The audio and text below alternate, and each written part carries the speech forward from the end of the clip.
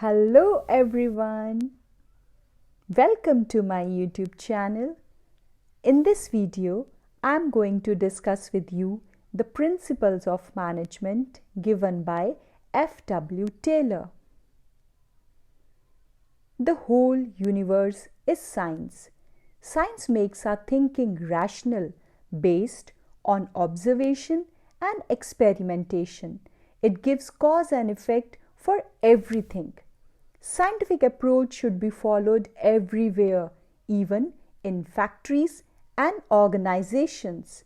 And while practicing management, every manager must adopt scientific inquiry to achieve efficiency and effectiveness. The man who coined the concept of scientific management was Frederick Winslow Taylor, known as the father of scientific management. Let's have a look at the background and history of F.W. Taylor. Frederick Winslow Taylor was an American born in the year 1856 on March 20th. He was an American mechanical engineer who sought to improve the industrial efficiency. In 1874, he became an apprentice mechanist and learned the factory system at the grassroots level. He earned a degree in mechanical engineering and he was highly influential in reshaping the factory system of production. Taylor was of the opinion that by scientifically analyzing the work, it would be possible to find one best way to do it. He is most remembered for his time and motion studies. Taylor wanted that workers should cooperate with the management. Thus, there would be no need of trade unions. He is known for coinage of the term scientific management in his article The Principles of Scientific Management, published in the year 1911. After being fired from Bethlehem Steel Company, Taylor wrote a book, Shop Floor, which sold really well. He was selected to be the president of the American Society of Mechanical Engineers from 1906 to 1907. Taylor also served as a professor at Tuck School of Business at Dartmouth College, founded in 1900. In 1884, he became an executive at Midway Steel Company by demonstrating his strong leadership abilities. After setting up the wage system for the company, he was given more authority and more responsibility. Unfortunately, the company was sold to another group and Taylor was finally discharged. Later in the year 1910, his health started to fall and in the year 1915, on March 21st, he died due to pneumonia. Taylor emerged as the father of scientific management. He broke up human activity into small parts and found out how it could be done effectively in less time and with increased productivity. Let's have a look at the definition of scientific management in the words of Taylor. According to F.W. Taylor, scientific management means knowing exactly what you want men to do and seeing that they do it in the best and cheapest way. And here comes the book written by Frederick Winslow Taylor, The Principles of Scientific Management. Let's unfold the pages of this book. Here comes the scientific principles of management. The first principle given by F.W. Taylor is science, not rule of thumb. According to this principle, Taylor insists that each job performed in the organization should be based on scientific inquiry and not on intuition, experience, and hit and trial methods. He says that there must be thinking before doing, which is not in case of rule of thumb. Taylor believed that there was only one best method to maximize the efficiency, and this method can be developed only through study and analysis, and this method should substitute the rule of thumb throughout the organization. Now, how this scientific method will work? The scientific method involved investigation of the traditional methods through the work study, unifying the best practices, and developing a standard method which would be followed throughout the organization. The approach of every manager should be scientific. Yes, it should be scientific. And he was strongly opponent of rule of thumb. A big no to rule of thumb. And yes, every manager should apply the scientific approach. And this can finally result in tremendous saving of human energy as well as wastage of time and materials. Now let's move on to the second principle given by F.W. Taylor. And the second principle is harmony, not discord. According to this principle, those who work together in an organization must work in harmony. That is, with mutual give and take and proper understanding. We all know that in every organization there are two groups of people, and there exists the possibility of a kind of class conflict, the managers versus the workers. But Taylor emphasized that there should be complete harmony between the management and the workers. Both should realize that each one is important. Yes. Peace should prevail, harmony should prevail in the organization.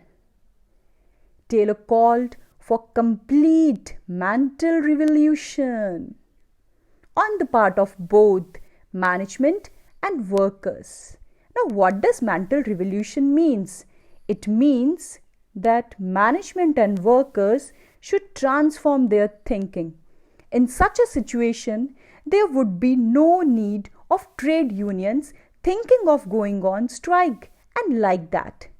Management should also share the gains of the company, if any, with the workers, and at the same time, workers should work hard and be ever willing to embrace the changes for the good of the company. Both should realize the importance of each other. Both should be part of the family. Gain, sharing, compensation management. Always management should be in favor of sharing the gains with the workers, appreciating their ideas. According to Taylor, scientific management has for its foundation the firm conviction that the true interests of the two are one and the same. Prosperity for the employer cannot exist for a longer time unless it is accompanied by prosperity for the employees and the vice versa. So both are important.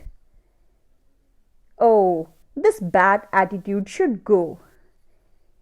It should be followed by the positive attitude of the management towards the employees and employees towards the management.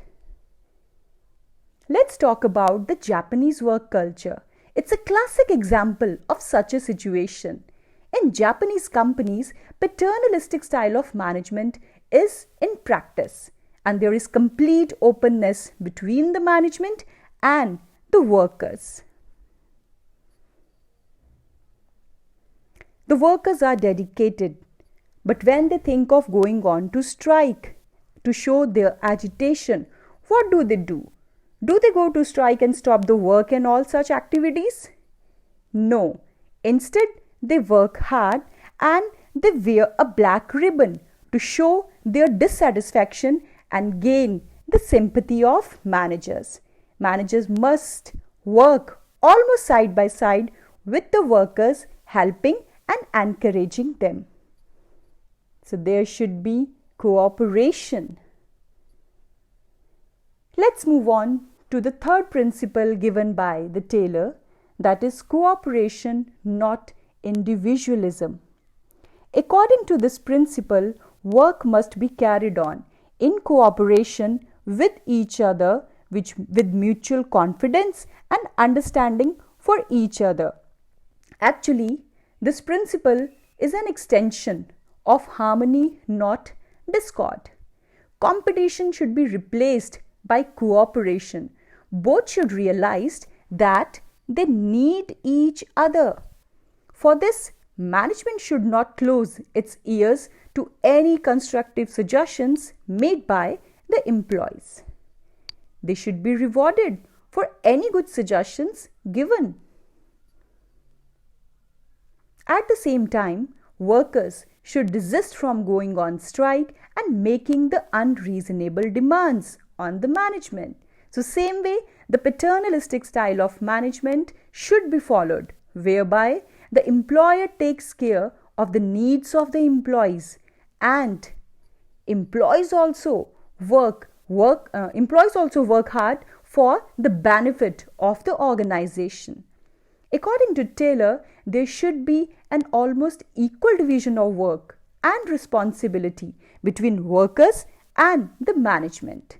And all day long, management should work almost side by side with the workers, helping, encouraging and smoothing the way for them. There must be open communication system.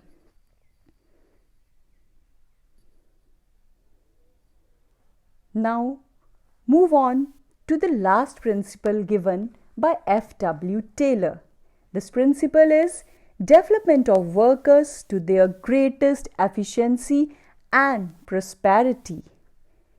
Industrial efficiency depends upon the efficiency of the workers.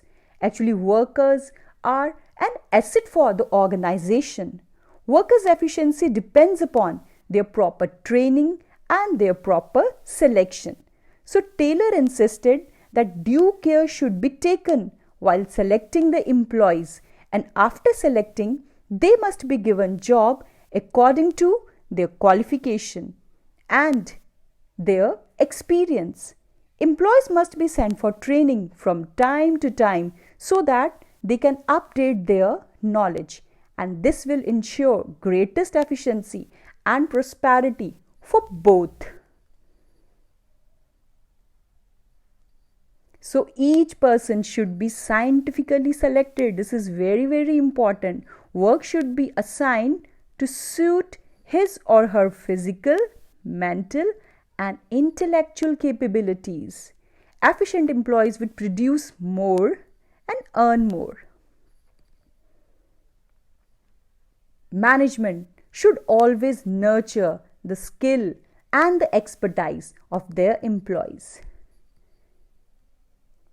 Employee will be able to achieve his or her individual gains.